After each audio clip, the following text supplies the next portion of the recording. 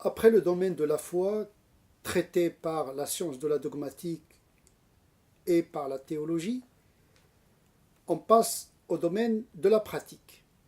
Le Coran souvent parle aux croyants qui passent à la pratique. Amanu wa amilu salihat, ceux qui ont cru et qui font des bonnes œuvres. C'est-à-dire que la foi est découplée de la pratique, ou bien la pratique vient après la foi. Effectivement, la foi n'est pas validée par la pratique. C'est la pratique qui est l'expression de la foi. Et donc, il est musulman celui qui a déjà la foi. Le croyant, c'est celui qui croit déjà en l'unicité de Dieu, la prophétie du prophète et au jour du jugement dernier, et le reste des croyances apportées par le Coran. Et donc, la foi est elle-même une pratique, la pratique de l'esprit, et qui prépare le passage à la pratique du corps, al-amal, l'action et la pratique. Et ce domaine de la pratique est géré par une dimension qu'on qualifie de manière conventionnelle par la sharia.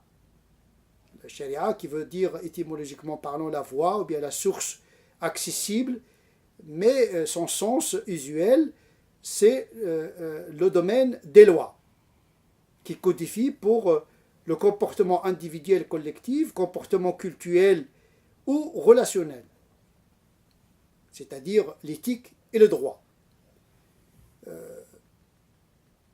La charia comme dimension est traitée par la science qu'on appelle le fiqh, le droit canonique musulman. Et là, on a plusieurs options, plusieurs doctrines. À partir de la doctrine, le savant, docteur de la loi, propose une interprétation des pratiques. Il y a une zone de l'ijma consensuelle, telle que l'obligation des 5 prières, du jeûne du mois de Ramadan, du pèlerinage, etc. Et puis il y a une zone de divergence. On a la doctrine malikite, celle de l'imam Malik. Nous avons la doctrine hanafite, celle de Abu Hanifa. Et nous avons également la doctrine du hanbalisme, celle de Ahmed ibn Hanbal, etc., etc. Ce sont des hommes qui ont fait un travail important et qui ont pu s'imposer de par leurs compétences et qui ont fait que les musulmans ont accepté leur travail intellectuel. Et donc le passage par l'homme, on le voit avec cet exemple, est un passage obligé. On l'a dit dans les interventions précédentes que le Coran et la Sunna ne parlent pas d'eux-mêmes. Ce sont les savants qui extraient et qui les interprètent pour proposer aux musulmans des doctrines et des options. Et donc la charia, comme la théologie, a fait l'objet de plusieurs approches, ce qu'on appelle le madhab, la doctrine. La charia, ou bien le fiqh comme discipline qui traite de la dimension des pratiques exotériques, c'est-à-dire les pratiques en lien avec le corps et uniquement avec le corps, parce que la charia s'intéresse à la conformité extérieure à la norme. Le Coran traite de ces lois, les 5 prières, les contrats, les obligations, le divorce, le mariage, etc. Ce sont des normes qui sont visibles, qui structurent la visibilité des pratiques de l'islam. La charia traite en premier lieu le domaine du culte, l'ibadat, un ensemble de pratiques symboliques qui mettent en connexion le croyant avec la divinité à travers les 5 prières, le jeûne du mois de Ramadan, le pèlerinage et l'aumône de la zakat, qu'on qualifie des 5 piliers de l'islam. Après la double attestation de la foi, al-shahadatan, attester verbalement l'unicité de Dieu et la prophétie de Mohammed est la première pratique qui vient après la foi. Parce que la foi, elle est intérieure. elle s'exprime par shahadatan, qui est la première pratique. La deuxième pratique, ce sont les 5 prières, puis la zakat, puis le jeûne du mois de Ramadan, puis le pèlerinage. On a habitude de qualifier le musulman de pratiquant, celui qui pratique le culte. Après le culte vient la morale, ce qu'on appelle akhlaq, ce que le musulman doit respecter comme attitude dans sa nourriture, dans sa sexualité, dans son mariage, dans son divorce, etc. Nous avons souligné que le nombre des lois coraniques ne sont pas très nombreuses en ce domaine-là. On peut dire la même chose pour la sunna du prophète, dont 500 hadiths uniquement traitent strictement de la loi concernant le culte et le relationnel, c'est-à-dire l'éthique et le droit, parce que les musulmans ont l'obligation de faire de l'analogie, de l'ijtihad, pour partir de ce qui est limité en termes de texte référence, pour pouvoir répondre à leur situation. Donc il y a une zone bien définie, mais il y a une zone qui est ouverte à l'interprétation parce que cette religion se veut comme universelle, et donc l'universalité suppose l'évolution en fonction du contexte et l'évolution de l'histoire également. Donc le culte, c'est cette zone qui ne change pas parce qu'il organise le rapport de la transcendance entre l'homme et Dieu. Donc il n'y a pas les musulmans n'ont pas à abroger les 5 prières, ça reste une obligation jusqu'à la fin des temps parce qu'il relève d'un besoin spirituel. Le musulman, quelle que soit son époque, il a besoin de ce contact avec la divinité à travers des pratiques dans des temps spirituels bien déterminés. Et vous remarquez que les pratiques cultuelles sont cycliques en rapport avec un temps spirituel.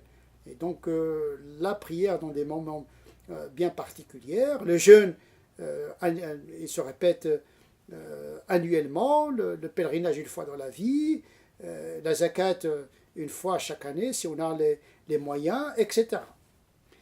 Donc le principe du culte est conservé, mais il y a des aménagements qui rendent ces pratiques accessibles en fonction du rythme social, professionnel ou contextuel du musulman. Donc le principe est gardé, les 5 prières restent obligatoires, mais on peut les aménager, un peu, voilà. Le jeûne également, il reste une obligation, mais si on est malade, si on est fatigué, on risque de tomber dans les pommes, comme on dit. On a la dérogation de ne pas jeûner, etc. Parce que le but, ce n'est pas de contraindre le musulman, mais de lui permettre de réaliser la transcendance dans les limites physiques qui lui ont été données.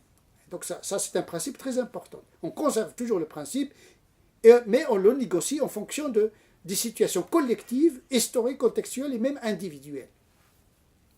Le domaine le plus mobile, le plus dynamique, c'est le domaine de l'éthique et le domaine du droit. Parce que dans ce domaine, on intègre la culture, on intègre le orf, la coutume, on intègre beaucoup d'éléments liés au contexte qui font que les principes éthiques et les principes juridiques se déplacent plus rapidement que le déplacement de l'aménagement du culte en fonction des contextes. Et donc le mu'amalat, le domaine relationnel, c'est le domaine de la charia qui est le sujet le plus dynamique. En matière du culte, on se conforme à la lettre du texte.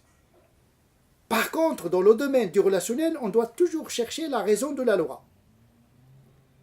C'est-à-dire l'illa que cherche la loi à travers l'obligation et l'interdit. Quand il s'agit des vêtements, de la nourriture, du mariage, du divorce, du commerce, il y a toujours une raison de la loi qu'il faudrait chercher.